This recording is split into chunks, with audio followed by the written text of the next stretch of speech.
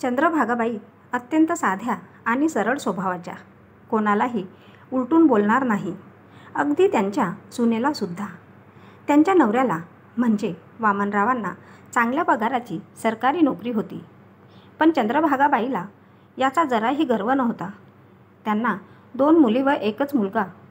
मुलगा नवसाचा असल्यामुळे आणि एकुलता एक असल्यामुळे त्याच्या शिक्षणात कुठलीही कमी होऊ नये याचा चंद्रभागाबाई आणि त्यांच्या मिस्टरांनी कुठलीही कसर ठेवली नाही. दिवस निघत गेली. मुली लग्नायोग्य झाल्या. एकापाठोपाठ दोन्ही मुलींचे लग्न लावून दिले. चंद्रभागाबाई या जुक्तीच्या होत्या. पै पै जमा करून त्यांनी बरेच दागिने केले. मुलींच्या लग्नातही त्यांनी जमेल तेवढं सोनं वाहिलं. आता काळजी होती ती मुलाची. आमच्या डोळ्यादेखत मुलाचेही लग्न व्हावे असे त्यांना वाटत असे. पण रवी म्हणजे त्यांचा मुलगा हा त्याच शहरात एका कंपनीत कामाला होता. शिक्षण चांगले झाले असल्यामुळे त्याला चांगला पगारही होता. पण तो आधीपासूनच स्वार्थी स्वभावाचा होता. घरी तो त्याचा पगार किती आहे हे सांगायचा नाही. तो प्रत्येक महिन्याला वेगळे पैसे काढून ठेवायचा. अशातच वामनराव हे रिटायर झाले. पण रिटायरमेंटचे त्यांना फारसे पैसे मिळाले नाही, कारण दोन्ही मुलींच्या लग्नाच्या वेळेस त्यांनी कंपनीतून कर्ज काढले होते. वामनराव रवीला म्हणाले, बेटा, मी आता रिटायर झालो.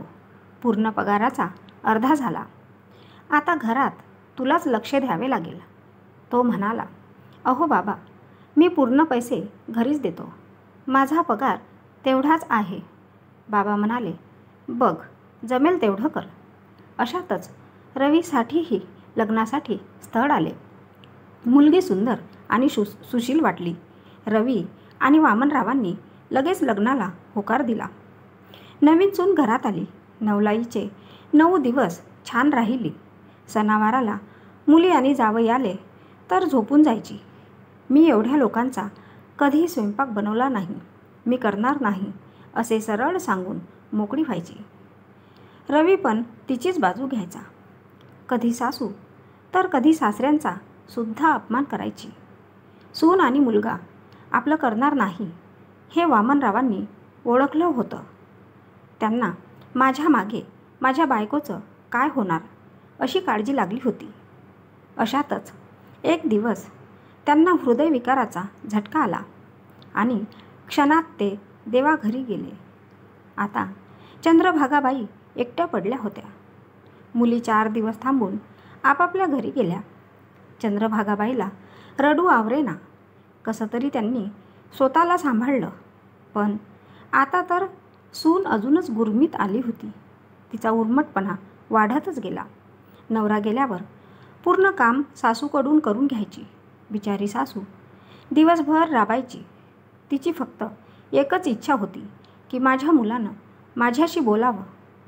पण रवी ऑफिसवरून आला की सरळ खोलीत जायचा.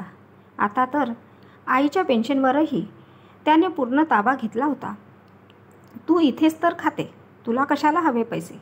माझा पगार कमी आहे आणि आता तर मला बाळही होणार आहे. मला इतका खर्च झेपणार नाही असं म्हणून आईला गप्प करायचा. चंद्रभागाबाई मुलाच्या प्रेमापोटी गप्प बसायच्या. एके दिवशी चंद्रभागाबाई मुलीच्या घरी गेल्या. तेवढ्या दिवसात सुनबाईने त्यांचे पूर्ण दागिने काढून घेतले. त्याच कपाटात एका प्लॉटचे कागदपत्र होते. जो प्लॉट वामनरावांनी चंद्रभागाबाईच्या नावे घेतला होता आणि राहतं घर पण त्यांच्याच नावे होतं.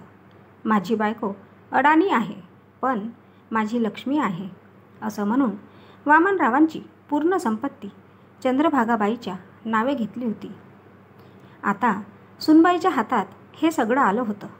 दागिने तर माझे झाले, पण प्लॉट कसा आपल्या नावे करायचा याचा कट सून पोरगं करत होते. त्यांनी अनेक वकिलांची भेट घेतली, पण सगळ्यांनी एकच जवाब दिला, ते म्हणजे हा प्लॉट नावे करण्यासाठी आईचा अंगठा लागेल. रवी लगेच आईला घ्यायला बहिणीकडे गेला. आई, चल, मी तुला घ्यायला आलो.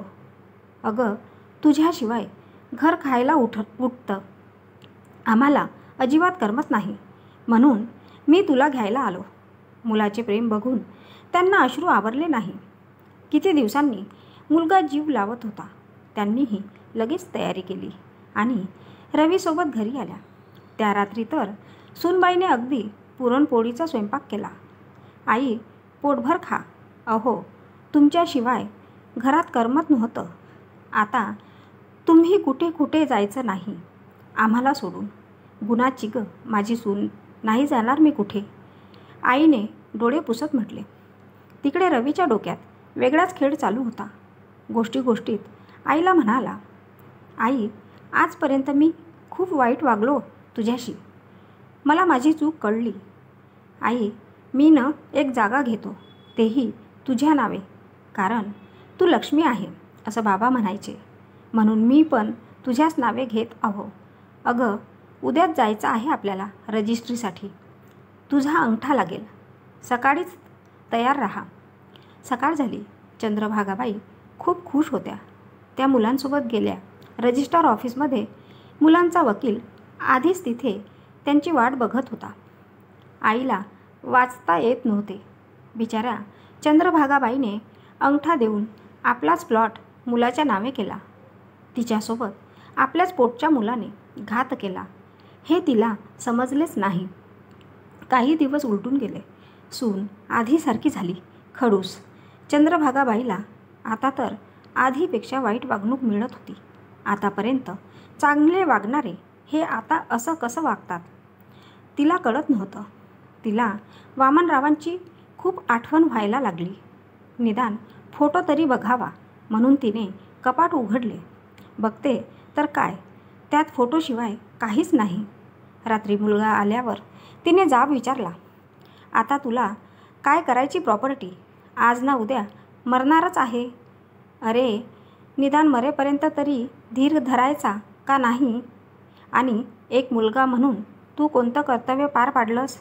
तुझ्या प्रेमापोटी आजपर्यंत गप्प होते, पण आता नाही. मला कळून चुकलं. तू एक नंबरचा लालची आणि लबाड आहे. माझ्या प्रॉपर्टीवर तुझाच नाही, माझ्या मुलींचाही हक्क आहे.